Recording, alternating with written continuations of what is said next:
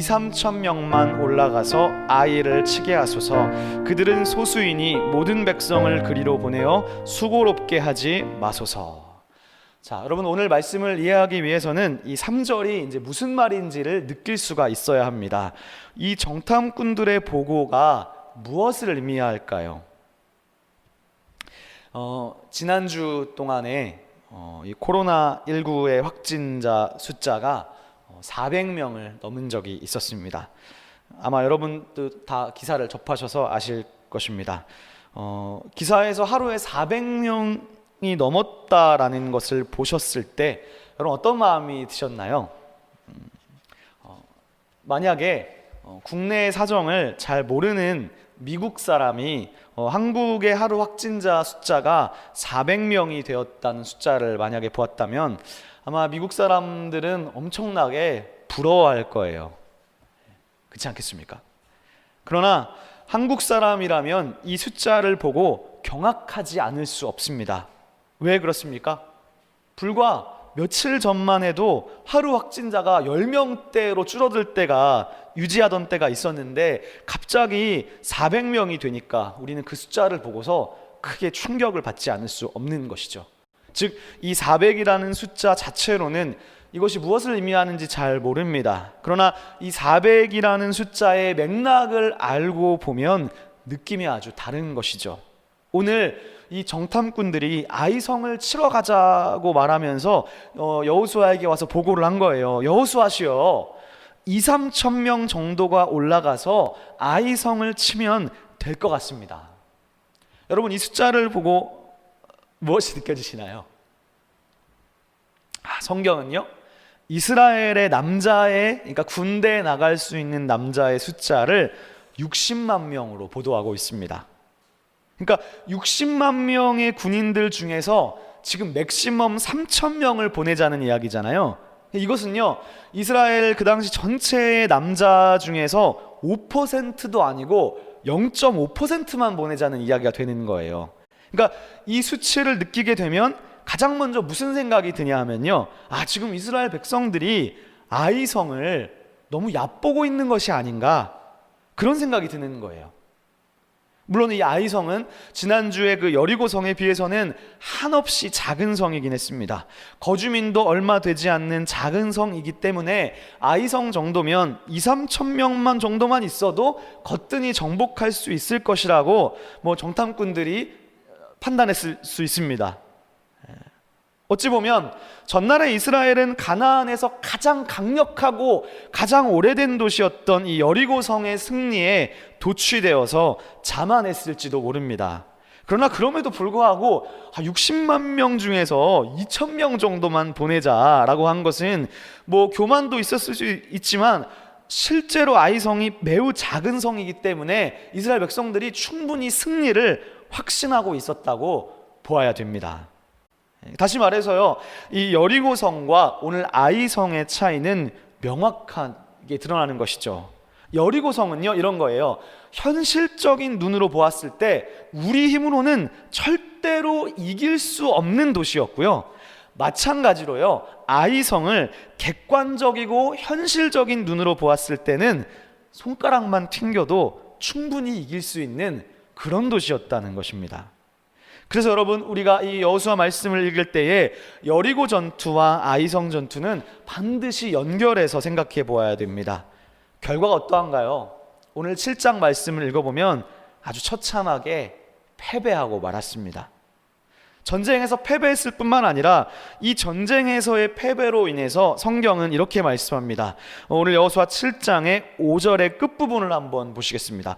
5절의 끝부분에 보시면 이렇게 기록되어 있습니다.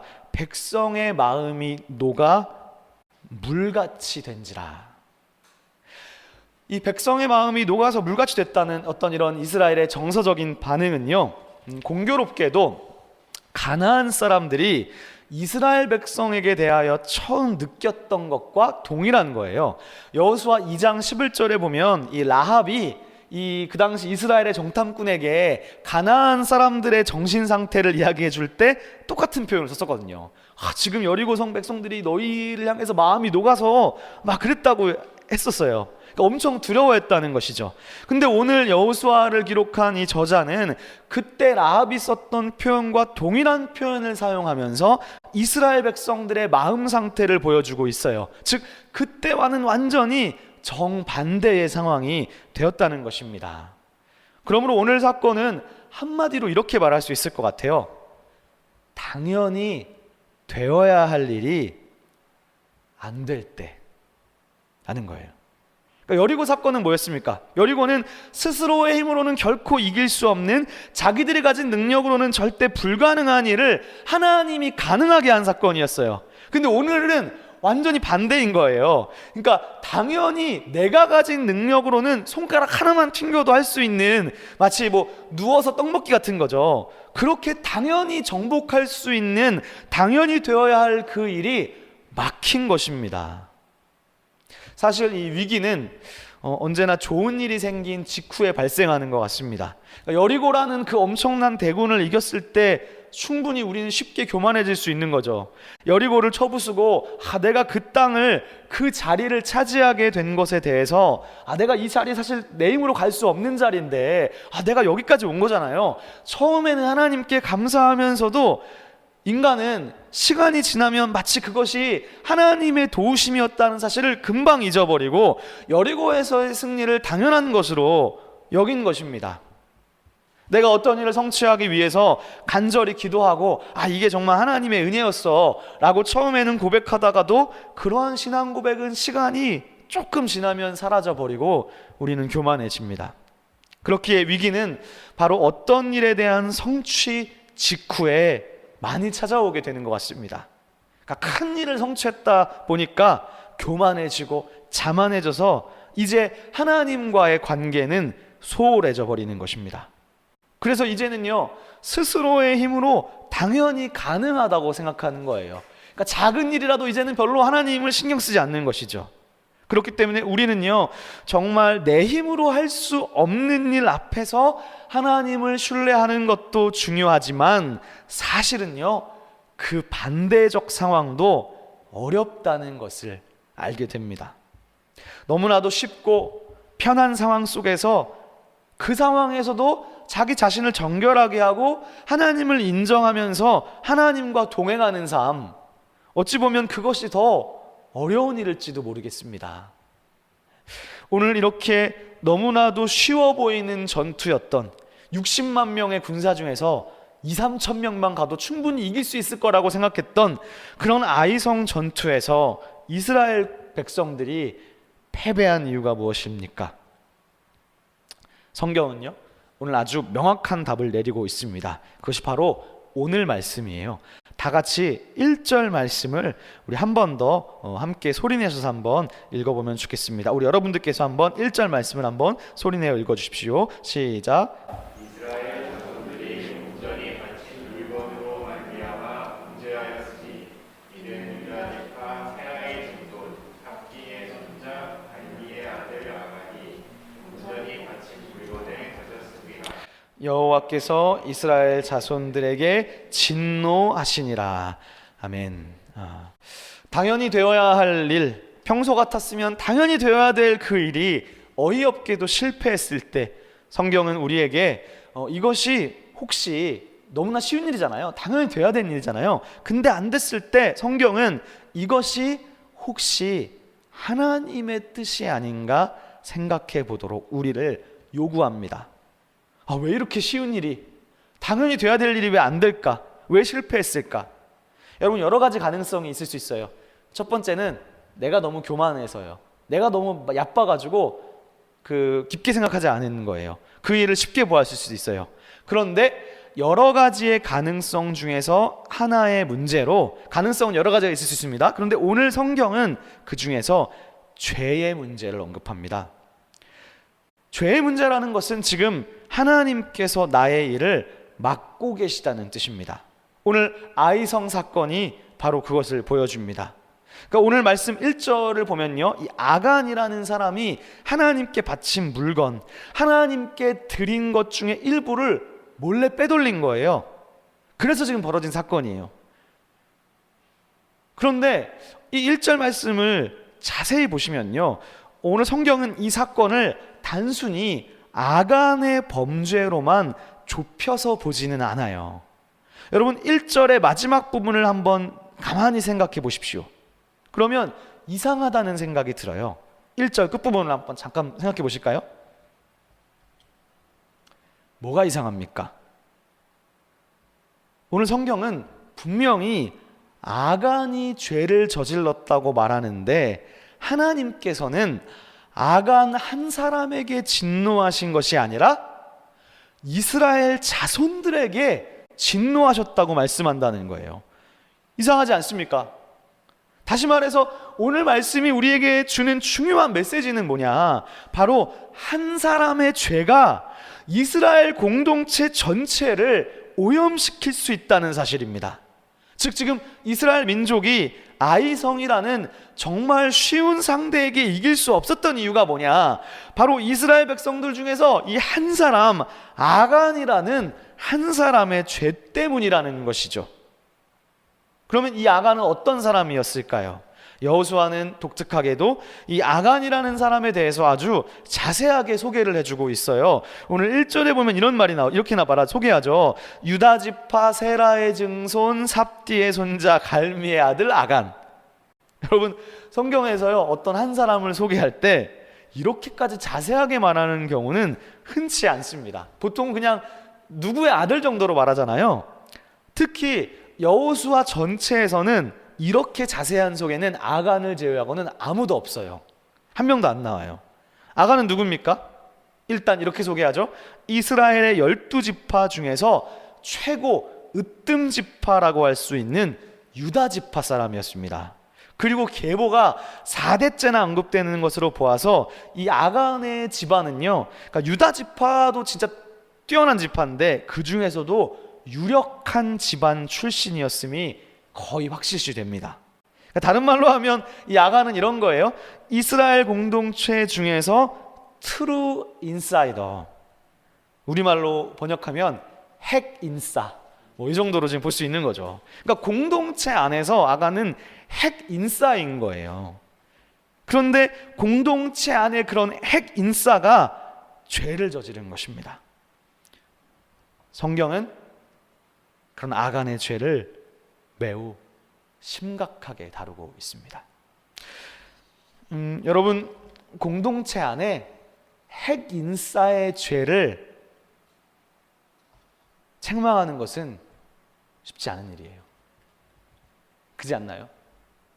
아웃사이더, 별로 이렇게 중요하지 않은 사람이 잘못한 것은 막 때려요, 이 사회에서도. 그러나 사회 안에서 힘있고 능력있고 유력한 핵 인싸의 죄를 벌하는 것은 진짜 어려운 일이에요. 우리 나라만 봐도 알 수 있지 않습니까? 그렇죠? 근데 오늘 성경은 단순히 아간이 하나님께 속한, 하나님께 완전히 바친 그 물건을 빼돌린 그 눈에 보이는 현상만을 문제로 삼지 않아요. 아간은요 분명히 하나님께 드려야 할 것, 하나님께 완전히 바쳐야 될 것을 지금 자기가 몰래 빼돌렸는데 성경은 아간이 빼돌린 이유에 대해서 조금 더 자세하게 언급합니다. 오늘 너무 길어서 다 읽지 못했는데 여호수아 7장 21절 말씀을 한번 보실까요? 자, 21절을 펴보시면 거기에 이제 아간의 답변이 나옵니다. 아간이 이제 왜 그거를 하나님의 것을 왜 훔쳤는지를 나오는데 제가 한번 읽어보겠습니다. 21절입니다. 내가 노력한 물건 중에 신할산의 아름다운 외투 한 벌과 은 200세겔과 무게가 50세겔 되는 금덩이 하나를 보았고 탐내었고 가졌나이다. 보소서, 이제 그 물건을 내 장막 가운데 땅속에 감추었는데 은은 그 밑에 있나이다 하더라. 여러분 아간이 이렇게 말했어요. 여기에서 지금 이 동사에 주목해 보십시오. 아간은 금덩이랑 이런 것들을 눈으로 보았고, 그죠? 밑줄 그어보세요. 그 다음에 탐냈고, 마지막으로 취했다라고 합니다. 보았고, 탐냈고, 가졌다고 한글 성경 말하죠. 취했다는 것입니다. 성경은요 지금 이 아간의 말을 집중적으로 조명하고 있어요. 이 아간이 말한 이 세 개의 동사의 연속적 사용은 성경에 한 군데 더 나오는데 그것은 바로 창세기 3장 6절입니다. 창세기 3장 6절에서는요, 아담과 하와의 범죄, 즉 인류 최초의 범죄를 이야기할 때 이 세 개의 동사를 연속적으로 사용해서 표현했었어요. 이렇게 돼 있어요. 제가 그냥 말로 표현해 드리면요, 여자가 그 나무를 본즉 보았고요, 그리고 먹음직도 하고 보암직도 하고 지혜롭게 할 만큼 탐스럽기도 한 나무다라고 말씀합니다. 그리고 여자가 그 열매를 따먹고 남편에게도 주었다라고 하는데, 이 한글 성경에서 열매를 따먹었다라는 말이 취했다는 지금 아간에게 사용된 동사와 히브리어 원문으로는 같은 동사를 사용하고 있어요. 그러니까 이 여자가 창세기에서는요, 나무를 보았고 탐냈고 취했습니다. 이것은요, 하나님께서 금하신 일이었어요. 그런데 오늘 이 아간은 하나님께 마땅히 드려야 될 그 금덩이를 눈으로 보았고 탐냈고 결국 취했습니다. 그렇게 보니까 아간과 하와는 일종의 이란성 쌍둥이인 것 같아요. 아간의 범죄를 인간 최초의 범죄를 생각나게 하는 방식으로 지금 여호수아 저자는 기록하고 있는 것입니다. 즉 우리가 이 창세기 인류 최초의 범죄와 지금 이 여호수아 7장의 아간의 범죄를 우리가 같이 함께 생각해 볼 때, 결국 인간의 가장 큰 문제, 인간의 가장 악한 죄악은 무엇입니까? 그것은 곧 탐심이라는 것입니다. 이스라엘이 가나안 땅에 지금 들어왔어요. 그토록 들어오고 싶었던 가나안 땅에 들어왔어요. 지금까지 그래도 여호수아 1장부터 6장까지는요, 여호수아의 영도 아래에서 잘 따라왔습니다. 그런데 결국 이들을 무너뜨린 첫 번째 범죄가 뭐냐? 탐심이라는 거예요. 결국 성경은 탐심이야말로 인간의 가장 심각한 죄악이면서 인간의 본질 속 깊은 곳에 자리 잡고 있는 죄의 세력이라는 것을 잘 보여줍니다. 사랑하는 여러분, 성경은 하나님을 신뢰하며 새로운 삶의 길을 걸어간 이스라엘 신앙 공동체의 이야기를 우리에게 계시해 주는 말씀입니다. 오늘 이스라엘 역사에서 이 아간 한 사람의 범죄는 이스라엘에게 큰 영향을 미쳤습니다. 아간 사건은요, 한 사람의 범죄가 공동체 전체에 어떤 영향을 미치는지를 명확하게 보여준 사건입니다. 저는 우리나라에서 최근에 벌어지고 있는 일들에 대해서 언급하지 않을 수 없을 것 같습니다. 최근에 이 8.15를 전후로 이 모 교회의 이 전모 씨의 만행으로 인해서 이 한국 사회가 엄청난 큰 위기를 겪고 있습니다. 저는 이 사람과 신천지의 공통점이 있다면, 그 전까지 신천지는 기독교인들이나 알았지 솔직히 세상 사람들은 잘 몰랐잖아요. 전모 씨도 마찬가지인 것 같아요. 그 사람에 대해서도 아마 여러분 잘 모르셨죠? 여러분 잘 모르셨잖아요. 저는 이미 오래전부터 그 사람에 대해 잘 알고 있었는데, 여러분들 교계에 돌아가는 일들에 크게 관심 있으시진 않으시니까. 그런데 그 사람이 정말 그 전부터 행한 여러 막 입에 담을 수도 없는 부끄러운 일들은 말하고 싶지도 않아요. 막 단순히 그냥 정치 사회적 문제뿐만 아니라 그 사람이 정말 어떻게 목사라는 생각이 가장 기본적인 그런 부끄러운 일들 말하고 싶지도 않아요. 그런데 어찌됐건 최근의 사건으로 인해서 온 국민이 다 알게 되었잖아요. 저는 그런 점에서 신천지와 비슷하다 싶습니다. 참고로 그 사람은 목사도 아닙니다. 기독교 일각에서는 그 사람에 대해서 이제서야 선긋기를 하려고 하고 있어요.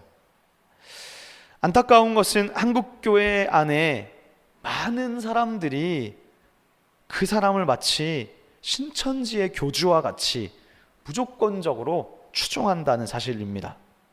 그것도 기독교인들이 그를 무조건적으로 추종한다는 사실이에요.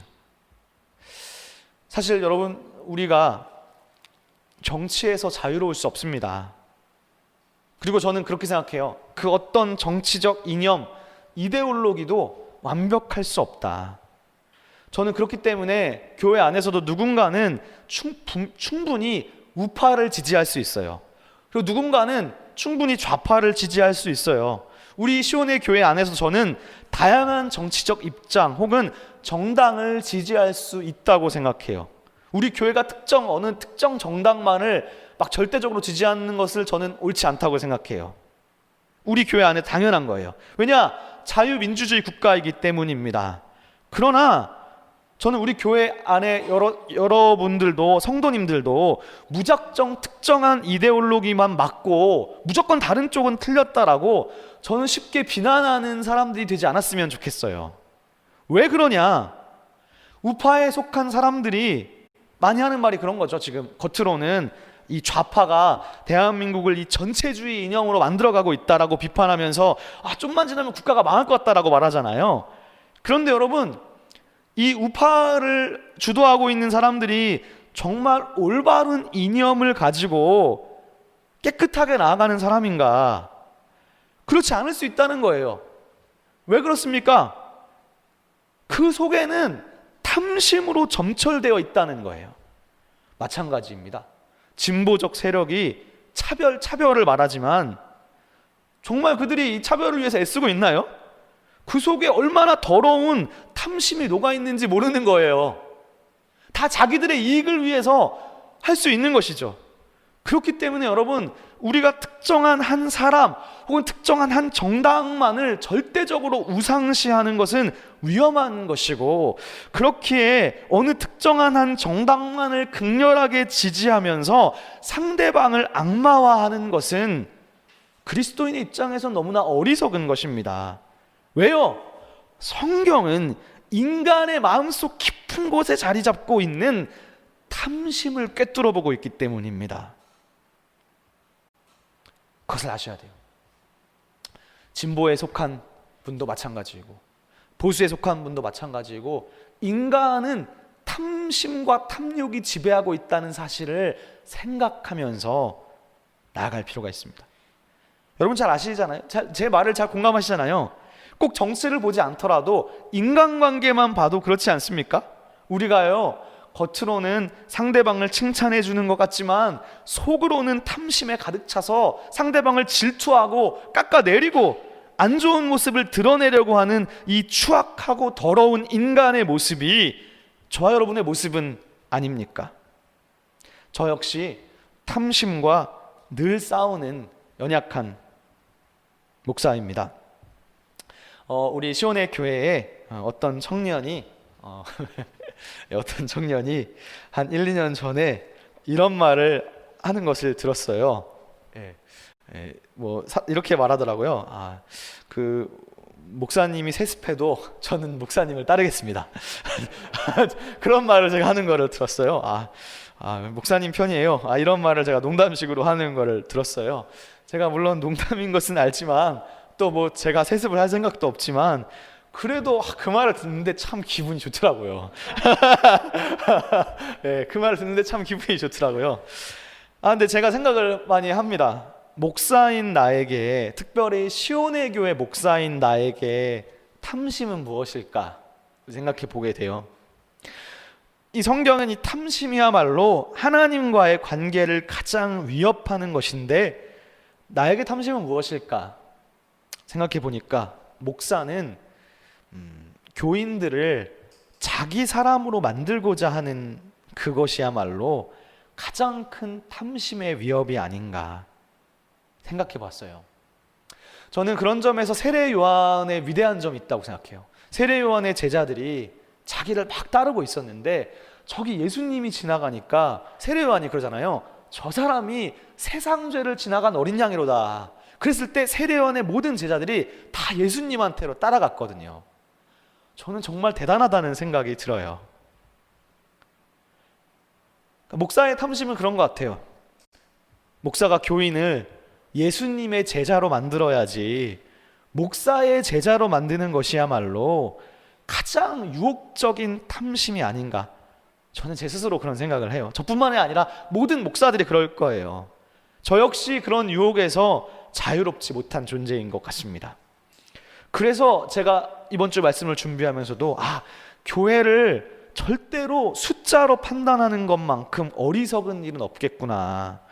교회가 사람이 많아진다고 정말 부흥한 것이 아니라 정말 교인들 한 사람 한 사람이 얼마나 예수님의 제자로 예수 그리스도의 마음을 가지고 세상을 살아가는가, 거기에 진짜 교회의 부흥이 있는 것이구나. 정말 이 사람이 한 사람이라도 예수 그리스도의 제자로 예수 그리스도의 십자가의 길을 따라가게 해야 되는 것, 거기에 초점을 맞춰야 되는구나 라는 것을 절감해요.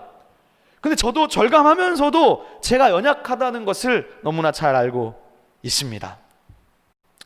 여러분 어떠신가요? 오늘 여호수아 7장은 이 아간 사건을 통해서 한 사람의 범죄가 공동체 전체에 어떤 영향을 미치는지를 명확하게 보여줍니다. 사랑하는 시온의 성도 여러분, 마찬가지입니다. 우리 공동체 안에서도요, 우리 교회 안에서도 여러분 한 사람이 품은 탐심은 마치 지금 한 사람의 탐심으로 인해 온 나라가 어려움을 겪는 것과 마찬가지로 우리 공동체 안에 한 사람이 품은 탐심이 이 시온의 교회를 하나님의 심판으로 몰고 갈 수도 있음을 명심하시기 바랍니다. 여호수아 7장은 아간의 범죄, 아간의 탐욕에 대해서 아주 무섭게 처리했습니다. 여러분, 사실 지금 21세기에는 상상도 할 수 없는 일이에요. 사형시켰으니까요. 그러나 우리가 지금은 그렇게 할 수 없지만 오늘 본문이 우리에게 보여주는 메시지는 명확해요. 공동체 안의 탐욕과 죄악을 절대로 가볍게 여기지 말고 단호하고 결연하게 대처해야 한다는 것입니다. 사랑하는 시온의 성도 여러분, 말씀을 정리합니다. 혹시 여러분의 삶에 너무나도 당연하고 너무나도 쉬운 일인데 갑자기 일이 막히고 갑자기 여러분이 하는 일이 실패하고 갑자기 여러분이 하던 일에 문제가 생긴다면, 너무나 쉬운 일인데도 갑자기 문제가 생긴다면 여러분, 다른 사람을 탓하거나 다른 이유에서 찾지 마시고 혹시 여러분과 하나님과의 관계에 문제가 있는 것은 아닌지 돌아보십시오. 혹시 여러분 안에 있는 탐욕이 하나님과의 관계를 끊어내고 있는 것은 아닌지 돌아보십시오. 지금 이 순간 여러분의 탐심은 무엇입니까? 기도하겠습니다. 거룩하신 아버지 하나님,